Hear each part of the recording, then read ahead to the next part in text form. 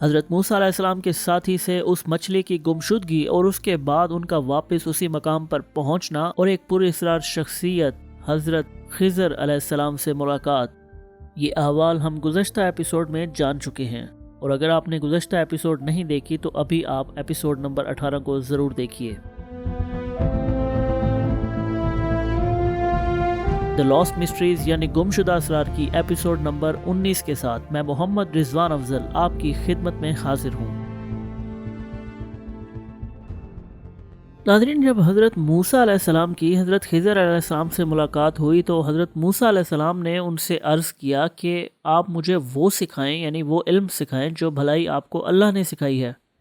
تب انہوں نے فرمایا کہ اے موسیٰ علیہ السلام، آپ میرے ساتھ صبر نہیں کر سکتے، اس لیے کہ مجھے جو علم ہے وہ آپ علیہ السلام کو نہیں، اور آپ علیہ السلام کو جو علم ہے وہ مجھے نہیں۔ اللہ تعالیٰ نے ہم دونوں کو جدا گانا علم عطا فرما رکھا ہے، جس کے جواب میں حضرت موسیٰ علیہ السلام نے فرمایا کہ انشاءاللہ آپ دیکھیں گے کہ میں صبر کروں گا اور آپ کے کسی فرمان کی نافرمانی نہیں کروں گا۔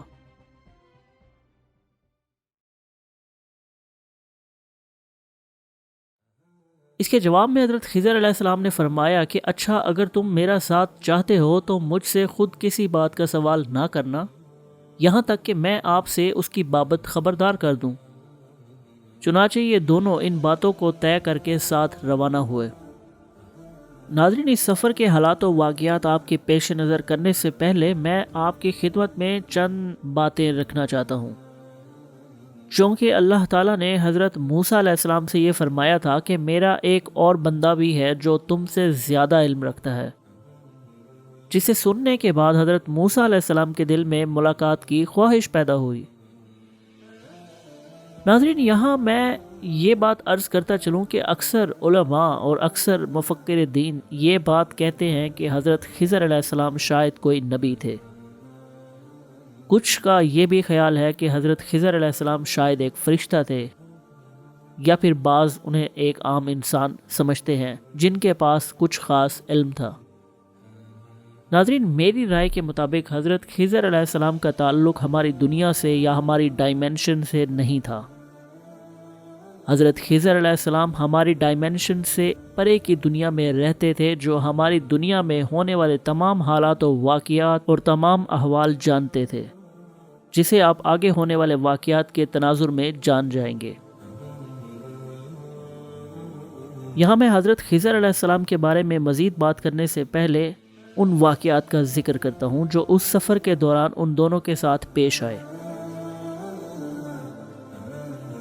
ناظرین، اس سفر میں پیش آنے والا جو پہلا واقعہ تھا وہ کچھ یوں تھا کہ جب یہ دونوں حضرات سفر پر روانہ ہوئے تو دریا کے کنارے چلتے رہے کہ ایک کشتی کا وہاں سے گزر ہوا۔ کشتی والوں نے حضرت خضر علیہ السلام کو پہچان لیا اور بغیر کرایہ لیے دونوں کو سوار کر لیا۔ اس سفر کے دوران اچانک ایک چڑیا اس کشتی پر آ بیٹھی اور اس نے اس دریا میں سے پانی کو اپنی چونچ میں ڈالا، تو حضرت خضر علیہ السلام نے حضرت موسیٰ علیہ السلام سے فرمایا کہ میرا اور آپ کا علم اور تمام مخلوقات کا علم اللہ کے علم کے مقابلے میں اتنا بھی نہیں ہے جتنا اس چونچ میں پانی چڑیا نے لیا ہے۔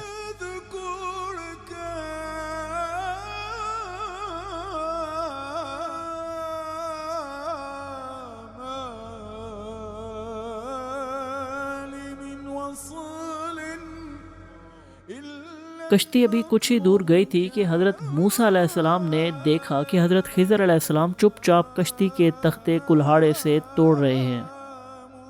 حضرت موسیٰ علیہ السلام نے یہ دیکھ کر حضرت خضر علیہ السلام سے فرمایا کہ ان لوگوں نے تو ہمارے ساتھ احسان کیا کہ بغیر کرایہ لیے ہمیں کشتی میں اپنے ساتھ سوار کیا، اور آپ نے اس کے تختے توڑنے شروع کر دیے، جس سے یہ بھی ہو سکتا ہے کہ تمام اہل کشتی ڈوب جائیں۔ یہ تو بڑا ہی ناخوشگوار کام کیا۔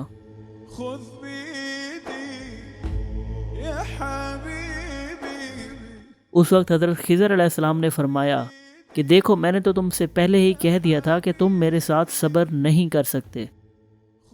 یہ سنتے ہی حضرت موسیٰ علیہ السلام نے معذرت کی کہ خطا ہو گئی، بھولے سے پوچھ بیٹھا، معاف فرمائیے اور سختی نہ کیجیے۔ نبی کریم صلی اللہ علیہ وآلہ وسلم نے یہ فرمایا کہ واقعی یہ پہلی غلطی بھول سے ہی تھی۔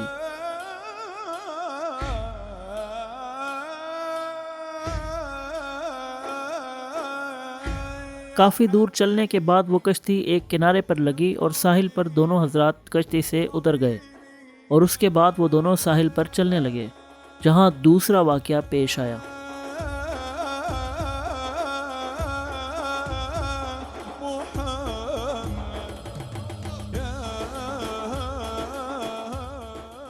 ناظرین، کچھ دور پیدل چلنے کے بعد حضرت خضر علیہ السلام نے دیکھا کہ چند بچے کھیل رہے ہیں۔ ان میں سے ایک بچے کا سر پکڑ کر حضرت خضر علیہ السلام نے اس طرح مروڑ دیا کہ اسی وقت اس کا دم نکل گیا۔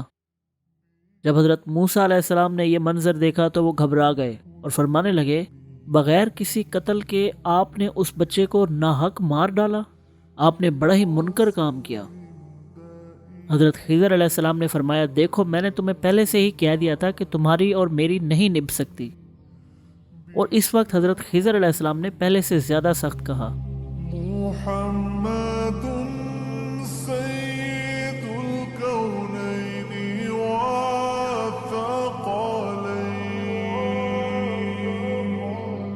حضرت موسیٰ علیہ السلام نے معذرت کی اور فرمایا، اچھا اب اگر میں کوئی سوال پوچھ بیٹھوں تو بے شک آپ مجھے اپنے ساتھ نہ رکھنا۔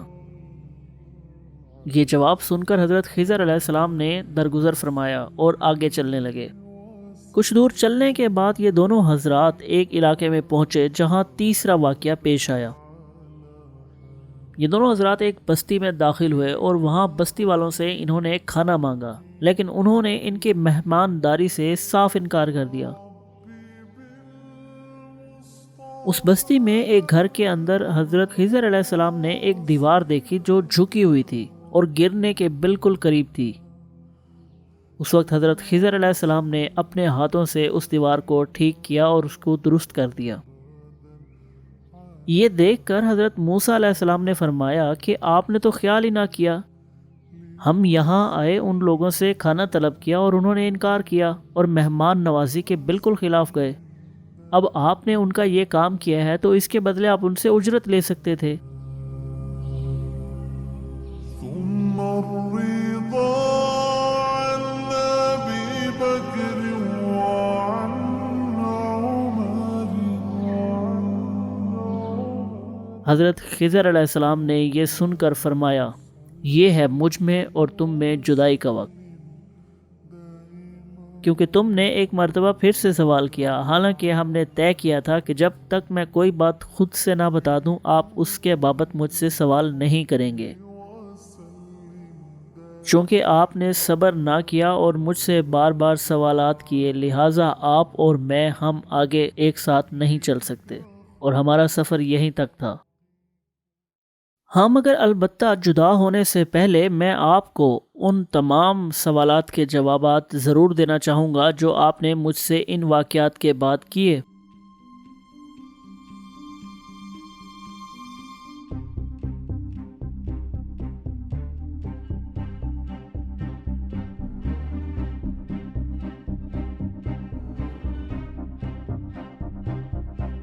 ناظرین، حضرت خضر علیہ السلام کے وہ جوابات کیا تھے؟ ان واقعات کی حقیقت کیا تھی؟ اور کیسے حضرت خضر علیہ السلام ان تمام ہونے والے واقعات کا پہلے سے ہی علم رکھتے تھے؟ یہ سب جاننے کے لیے ناظرین ہماری اگلی اور اس سیزن کی آخری ایپیسوڈ دیکھنا مت بھولیے گا۔